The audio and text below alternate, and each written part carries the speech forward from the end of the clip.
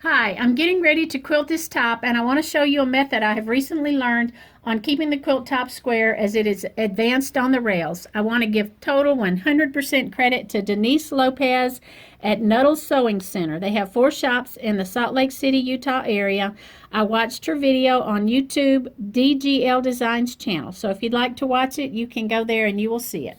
I started out like I always did. I set my horizontal channel lock, I basted my batting to the backing, and then lined up my top with that stitching, reset my horizontal channel lock, and then basted my top down.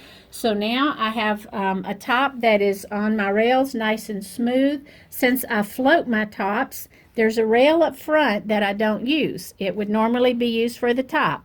I have my top and my batting pushed behind this rail, so I take this leader and I flip it up. I have a magnetized clamp here that just kind of helps make it stay in place. I have another magnetized clamp at the other end and flip it up.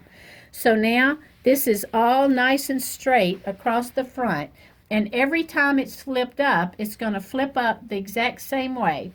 I also flipped this leader around since it's not being used for the top so that it will come up nice and smooth and flush. So every time I get this exact same spot, I take a pin and I put it right there, and this little clamp is at the edge of the quilt top. I did that on both sides. So I have another clip down here. The edge is exactly flush with the edge of the top and the pin going through all 3 layers. So now this is held exactly straight. So now I can flip this down and continue on with my quilting. I would set my pink clamps that I would put up front. I would do my clamps on the side. I would baste up on the edges and do my quilting. As I advance the quilt, I have these little bright pieces of paper with a magnet that once this edge starts going under the idler rail there, I'll make sure that that's lined up there so I can kind of keep a watch on that. I have one of those at each end.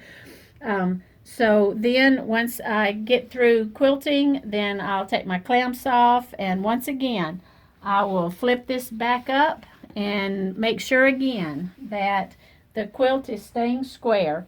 If the edge isn't flush with that clip, then I will smooth it with my hands, because this will be a new area that hasn't been quilted and I'm able to shift it around a little bit.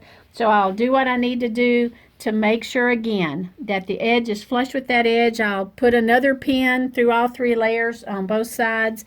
Once I get to the end, I do this a little bit before I get to the end. I don't wait till the very end. It's when I'm getting close. But I'll go ahead and advance so that that corner is right there where my clip comes up at.